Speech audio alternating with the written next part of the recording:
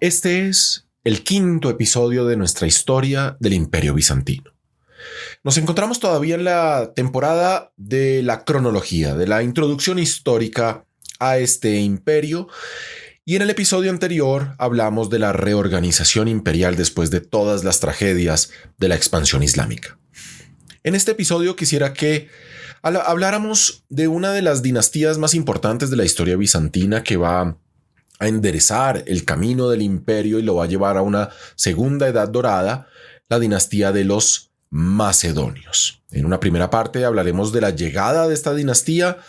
Después veremos cómo los macedonios van a recuperar parte del occidente bizantino. Y finalmente hablaremos de los macedonios y un nuevo pueblo que aparece en el horizonte, los rusos.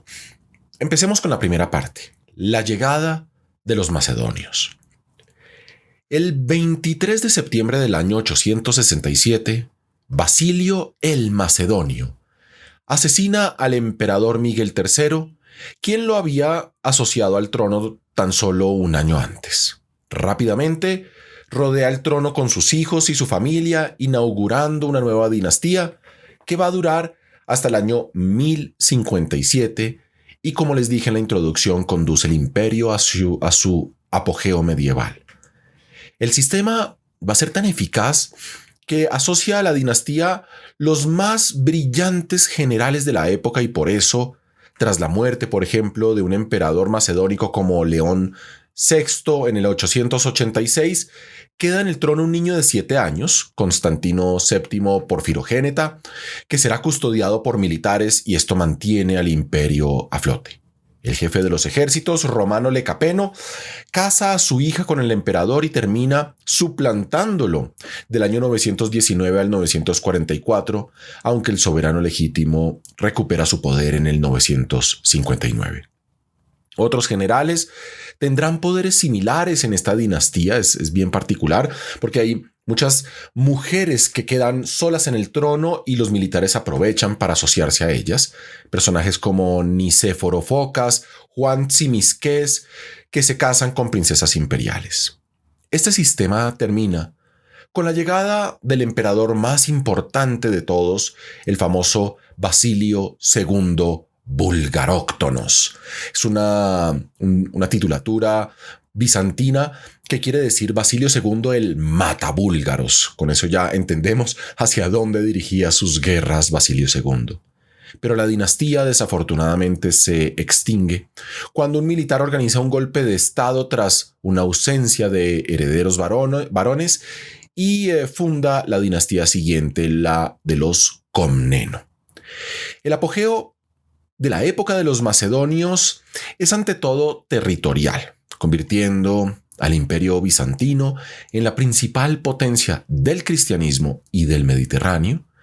En Italia, el imperio logra defender sus territorios de los ataques de los príncipes lombardos, mientras el catolicismo empieza a surgir junto con el Sacro Imperio Romano y Germánico. Es una época muy interesante.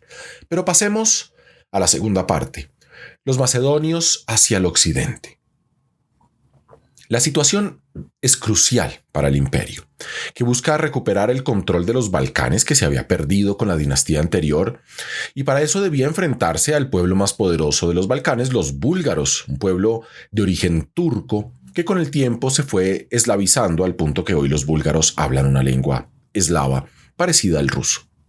Para esto, primero convierten al zar búlgaro Boris al cristianismo, jugada maestra que sucede en el año 864 y que pacifica las relaciones entre Bizancio y Bulgaria. Sus hijos van a ser educados en la corte de Constantinopla y esto va a asimilar a los búlgaros rápidamente a la ideología imperial de Bizancio. Cuando uno de ellos, Simeón, sube al trono búlgaro, entra en conflicto con el imperio e intenta conquistar Constantinopla para fundar un imperio romano-búlgaro, y los bizantinos se refugian tras sus murallas hasta que Simeón muere, permitiendo 60 años de paz, algo que Bizancio no conocía desde mucho tiempo.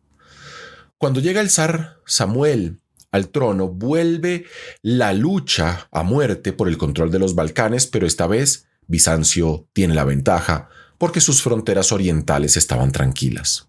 Por eso el emperador bizantino, Basilio II, parte al ataque contra los búlgaros y no deja ningún respiro a su enemigo hasta que en el año 1014 los búlgaros son derrotados definitivamente, logrando más de 15.000 capturados a los que les sacarán los ojos como escarmiento contra el resto de la población búlgara.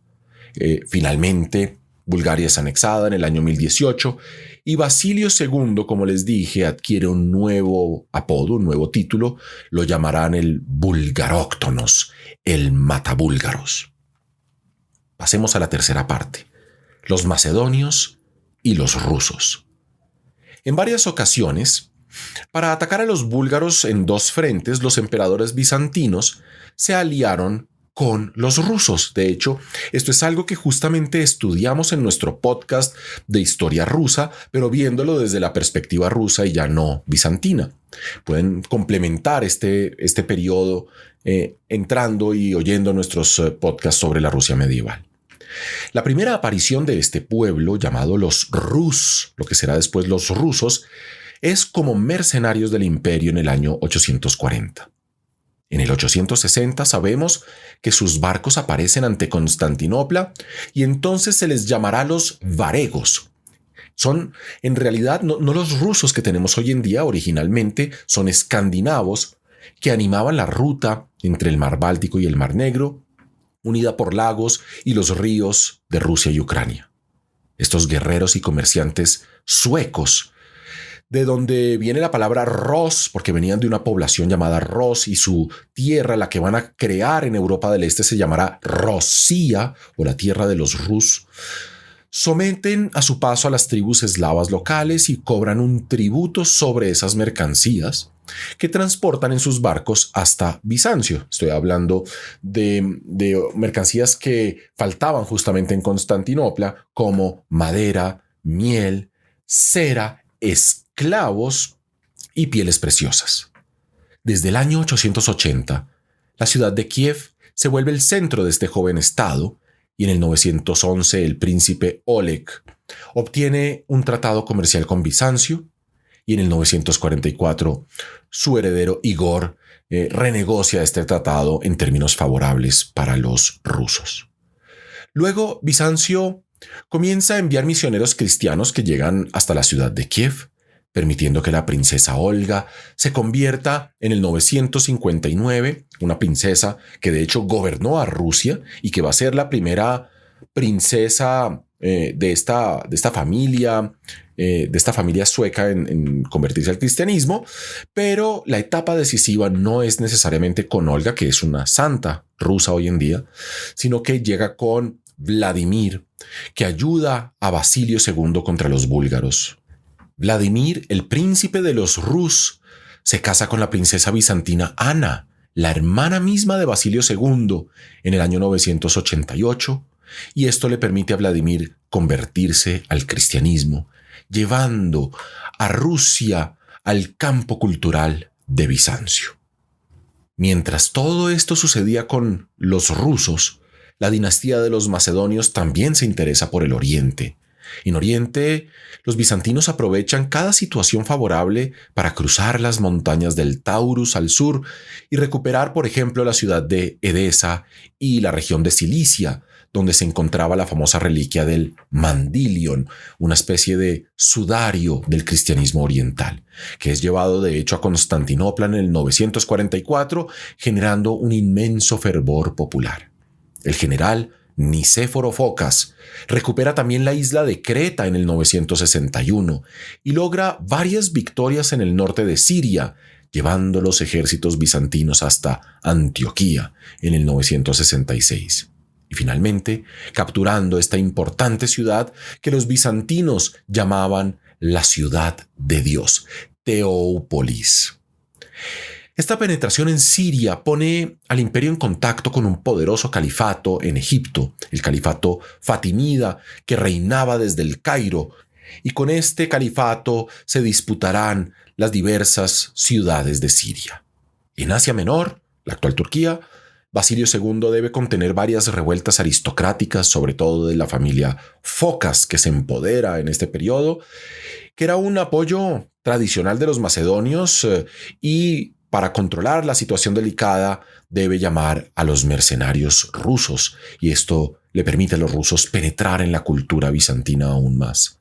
Empieza así una lucha sin piedad contra las grandes familias aristocráticas que llevará finalmente a un refuerzo del Estado bizantino. Al mismo tiempo, Basilio II organiza la defensa del Éufrates, entrando en el corazón de Armenia, más allá del lago Van, e incluso llegando a lo que es la actual Georgia en el año 1020. Esta política continúa tras su muerte. En Mesopotamia central, los ejércitos bizantinos controlan Edesa desde el 1032, crean un territorio bizantino estable y hacen parecer a Bizancio más fuerte de lo que realmente era. Sin embargo, el resultado es terrible. Bizancio, por esta política, elimina los estados tapón, que lo protegían de invasiones y de imperios más poderosos que el mismo Bizancio, y lo pone en contacto directo sobre todo con los turcos, de donde vendrá la terrible muerte del imperio bizantino. Pero eso lo empezaremos a ver con el siguiente episodio, cuando hablemos de la dinastía de los Comneno.